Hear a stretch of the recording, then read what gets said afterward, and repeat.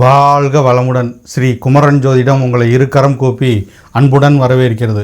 இந்த பதிவில் நம்ம மாதாந்திர ராசி பலனை தொடர்ந்து பார்த்துக்கிட்டு இருக்கோம். தொடர்ந்து எல்லா ராசிக்கும் நம்ம பார்த்துக்கிட்டு இருக்கோம். இப்போ நம்ம விருச்சிக ராசிக்கு இந்த ஜனவரி மாதம் எப்பேற்பட்ட பலாபலனை ஏற்படுத்துகிறத நம்ம இந்த பதிவில் பார்க்கலாம். பொதுவாகவே விருச்சிக ராசி, இந்த விருச்சிக ராசியின் அதிபதி செவ்வாய் பகவான். கால புருஷனின் 8வது வீடு உங்களுடைய ராசிநாதன் செவ்வாய். வேகம் விவேகம் எதிலையுமே ஒரு ஆக்ரோஷமான ஒரு ஸ்பீடான பிளானட் செவ்வாய் பகவான். உங்களுடைய ராசிநாதன் உங்களுடைய பாக்கியஸ்தானத்தில் சஞ்சரிக்கிறார். ஒரு நீசமாக இருக்கக்கூடிய ஒரு காலகட்டமாக அமையும்.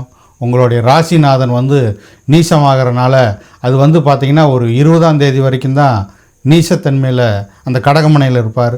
அதுக்கப்புறம் 8ஆம் இடத்துல அவர் ஒரு ரிவேஸ் பலனாக வக்கரமாகி மறுபடியும் மிதுன மனைக்குள்ளேயே போகிறனால அப்போ ஒரு 20ஆம் தேதிக்கு மேலே உங்களுக்கு ஒரு நட்பலனை ஏற்படுத்தும். ராசிநாதன் பொதுவாகவே நீச்சமாக இருக்கும்போது பார்த்திங்கன்னா உங்களுக்கு ஒரு கான்ஃபிடெண்ட்டாக இருக்க மாட்டீங்க. எதுலேயுமே ஒரு குழப்பமான ஒரு சூழ்நிலை ஏற்படும். நீங்கள் ஒரு ஆரோக்கியமாக இல்லை, ஒரு சளி, ஒரு சின்ன சின்ன உடலில் ஒரு ஆரோக்கிய தொந்தரவு ஏற்படலாம். அதனால் கொஞ்சம் கவனமாக இருக்கக்கூடிய ஒரு 20ஆம் தேதி வரைக்கும் அந்த மாதிரி ஒரு சின்ன ஆரோக்கியத்தில் ஒரு சிறு சர்க்கிளாக இருக்கும். அதுக்கப்புறம் உங்களுக்கு அற்புதமான ஒரு அந்த 20ஆம் தேதிக்கு மேலே ஒரு நட்பலனாக இருக்கும். பொதுவாக பார்த்திங்கன்னா உங்களுடைய தனாதிபதி குரு பகவான் உங்கள் ராசியவே நேராக பார்க்குறார். உங்களுடைய 7ஆம் பார்வையாக உங்கள் ராசியை பார்க்கும்போது அற்புதமான மாதமாக இந்த மாதம் அமையும். எதுலேயுமே ஒரு புகழடையக்கூடிய பாக்கியத்தை நீங்கள் அடைவீங்க. ஏன்னு பார்த்தீங்கன்னா பூர்வ புண்ணியாதிபதி உங்களோட 5ஆம் அதிபதி. தனத்துக்கும் அவர் தான் அதிபதி, புத்திரஸ்தானத்துக்கும் அவர் தான் அதிபதி ஆகிறனால நேராக 7ஆம் பார்வையை பார்க்கறனால நீங்கள் ஒரு புத்துணர்ச்சியாக இருக்கக்கூடிய ஒரு மாதமாக தான் இந்த மாதம் அமையும். ஒரு சின்ன ஆரோக்கியத்தில் ஒரு சளி தொந்தரவு இந்த மாதிரி தான் வரும்பொழுது அது ஒரு பெரிய தாக்கத்தை உங்களுக்கு ஏற்படுத்தாது. ஒரு கான்ஃபிடண்ட்டாக நீங்கள் இருக்க மாட்டீங்க. ஒரு சின்ன ஒரு மனக்குழப்பமான ஒரு 20ஆம் தேதி வரைக்கும் நீங்கள் காணப்படுவீங்க. அதுக்கு மேலே வழக்கமாக நீங்கள் புத்துணர்ச்சியாக மாறுவீங்க. குரு பகவானுடைய பார்வை இருக்கனால எதுலேயுமே ஒரு புத்துணர்ச்சியாக இருக்கக்கூடிய மாதமாக தான் இந்த மாதம் உங்களுக்கு அமையும். உங்களுடைய பாக்யாதிபதி அந்த சந்திரன் 2ஆம் இடத்துல இருக்கார்.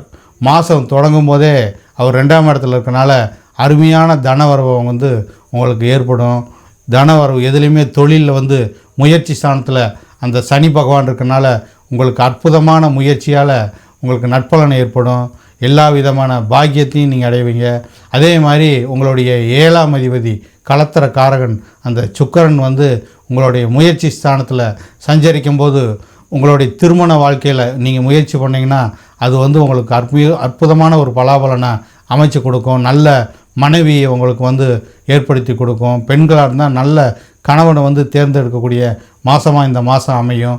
குலதெய்வ அருள் உங்களுக்கு பரிபூர்ணமாக கிடைக்கக்கூடிய ஒரு காலகட்டமாக இருக்கும். தொழிலில் முன்னேற்றம், எந்த தொழிலில் நீங்கள் செஞ்சுருந்தாலும் அந்த தொழிலில் அற்புதமான ஒரு பலாபலனை உங்களுக்கு இந்த மாதத்தில் ஏற்படும். எதுலேயுமே வெற்றி, முயற்சினால் வெற்றி, தொழிலில் நல்ல ஒரு ஷிஃப்ட் ஆகக்கூடிய பாக்கியத்தை இந்த மாதம் ஃபுல்லாக நீங்கள் அடைவீங்க. புதன் உங்களுடைய அஷ்டமாதிபதி உங்களுக்கு 8 குடைவன் புதனாக வரனால அவர் 12ஆம் இடத்துல மறைகிறனால உங்களுக்கு அற்புதமான ஒரு நட்பலனை ஏற்படும். உங்களுடைய ராசியிலே அஷ்டமாதிபதி இருக்கிறார்.